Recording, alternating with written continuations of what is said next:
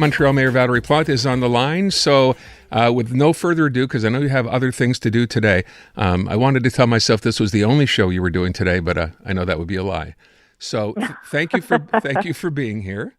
It's my pleasure. All right, let's begin with obviously the news of the week, the surprise announcement. And I think it's fair to say surprise. I don't think anyone expected it. I think that's been established. You have decided not to run for a third term. I want to play back part of a conversation that you and I actually had, and it's not about Cavendish, and it's not about the tram on Jean Talon, and it's not about Royal Mount. It's a conversation we had, I think this is about 2 months ago, maybe a little less, and we were just talking. I want you to listen to this, and then I'll come to the question. So here it is. There's a municipal election coming up next year. A lot has been made about the fact fewer and fewer people, it seems, want to get involved in politics generally, especially municipal politics. We know so many people have walked away, resigned, stepped down because they couldn't take some of the attacks on social media. You're okay. I mean, you're going to run again next year. You said you would. I'm going to take you at your word. I don't think anything will change between now and then. Okay. That doesn't bother you? Oh, absolutely. It does. It affects me. And I mean, this is why I decided that since I'm a public figure, closing the comment box, and I'm very vocal about it, and I stand by my position as a way to say, if we want to attract different type of people in politics, whatever you're, maybe you're a woman or you're a racialized person, or maybe you have you're gay. It's not normal that you want to get involved, you want to participate in democracy. It is not. You don't have to accept that. And I've heard the opposition leaders saying, it's part of the job, minimizing. And I think this is very brutal. And it's not a good message to send to people that wants to come into politics wanting to change the world. It's not, for me, it's not part of the job to get insulted. So I do think that, yes, it's tough. I have different mechanisms. I've been there, for a while. So now I know how to deal with that. But I have to say, some of the threats I've received worries my family, my kids. It's tough. That's why it's not acceptable. Okay. So that's, as I said, our conversation. You heard yourself talking about the fact when I asked you. I stand by my words. But your word then was, I'm running. And your word now is, I'm not. True. You're right. So why? No, I guess true. the first question is, why? Why did you make this decision now? Because a month ago, you seemed like you were geared to run again. Right. I mean, like you said, I think it was 2 months ago. And to be honest, I made my decision really recently, less than a month. And it's not because of that. I want to say, and also I want to reassure all Montrealers, my health is good. I mean, I'm full of energy. So that is not the reason why I'm not exhausted. But I realized, and I had to make that realization, being honest with myself, but also with Montrealers, that I was not able to guarantee the same amount of energy for the next 4 years. There's still 1 year to do it. I want to do it right, and I'm excited about it. But, it's a contract that we sign with Montrealers when we run for an election. And to me, I just had to say, I'm not sure I'm capable of keeping the same level of energy and dedication for 4 extra years. So it was I wanted to be very honest with Montrealers, like I've always been. I get that part. But again, to the point of you said you just realized one day, typically these things don't happen overnight. So what was it that pushed you to do this? Again, and I know that right now what I'm hearing is there has to be a reason, maybe a moment, an event, a conversation. But to be honest, and I am, when I did talk to you 2 months ago, I was clear. And for me, this is what I wanted to accomplish. But I think it's important to check with us, to check with yourself all the time, which I've been doing on a really regular basis. And a month ago, I was just not sure I knew I could do the last year for sure. I'm excited. And I love running a campaign. I love it. But then thinking about the year after, I was like, okay, I think I could. And then third or fourth years, I couldn't commit. And, some other politician maybe would say I'll do it and maybe I'll just decide not to continue and there will be an election in the middle of the mandate. But to me, this is not how, when I start something, I finish it. Of course, when people hear you say that, though, they think, well, finish it means you should have kept going and then before the next election, then say you don't want to do it. Why a whole year in advance? Well, actually, because by respect to Montrealers, to my team that I work with on, very closely, I'm somebody that, is very, like I said, everybody shows in my face and in my body on how I'm feeling. And this is part of, I think, the good thing about me, people knowing exactly where I'm at. And I wanted to be honest with everybody, but also for the party, because, we're going to have a democratic process.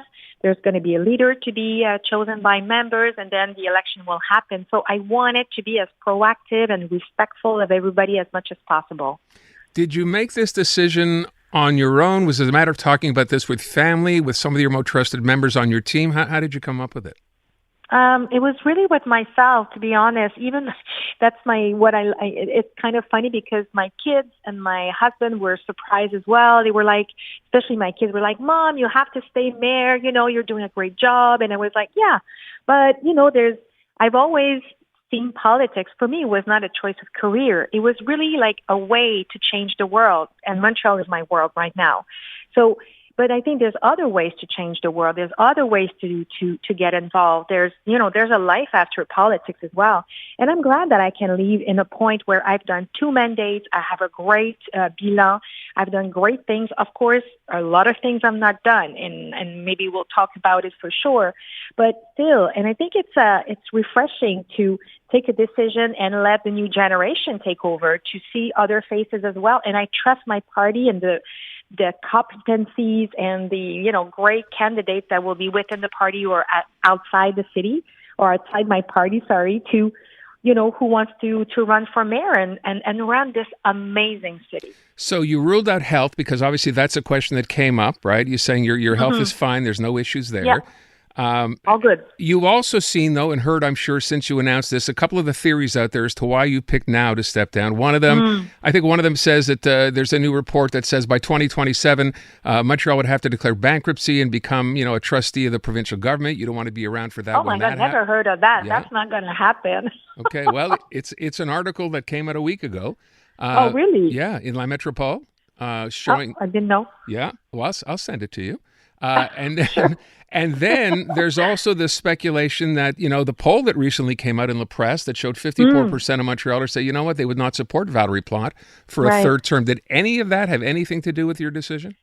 No and no. And the survey came out, I think the day after I made my decision. So that's kind of interesting timing. But, I've run 2 times, like I said, and against all odds, the 2 times I did run, and every time I did win with a bigger majority. So I'm used to have not a walk in the park when it comes to doing an election campaign. And I really I would have fight for it. I would have been out there. Like I said, I love campaigning. And I also, in a survey like that, as you know, it's always difficult because it's almost like the mayor competing against an empty chair. You know what I mean? Yeah. There's no real opposition right now, so it's hard for people to also imagine. But that being said, it has nothing to do. I'm really confident we would have done a great job because, again, 2 times in a row, Montrealers have been voting for us. And because we're coherent, I do what I say I would do. People knew who we are and the values we're fighting for. So you don't come from a political background. You came from, from Rouyn-Noranda. You came from a relatively small town.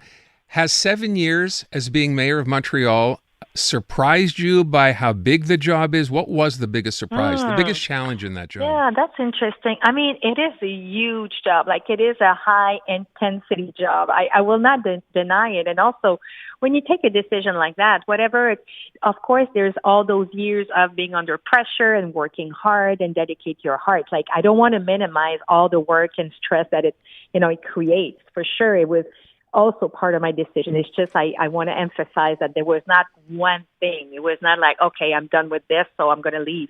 But it's true that, taking this job, you're going to be the mayor, but for example, you don't necessarily realize all the other seats or hats that you will be wearing as the mayor of the metropolis of the province of Quebec and the second biggest city in Canada.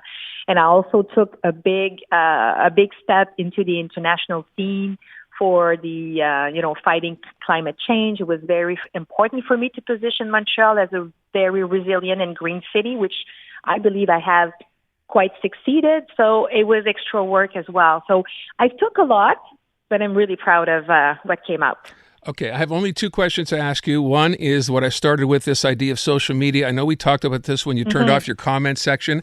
That's certainly nothing you could have imagined. I think anybody who goes into politics now finds that out very quickly. You could not have seen that coming. Was there any of that went into your final decision to simply say, you know what, ça suffit, enough is enough. I don't want to do with this. I don't want to take this anymore. Yeah, I mean, I've been used to this for a while. I think, even during COVID, I did get a lot of, I've got a lot of messages. We also had to increase the security around me during COVID, and even right now it's more important. So again, of course, it plays. Like it's an extra pressure that I feel, and especially being a woman, the comments are even more aggressive and violent. I have to say it.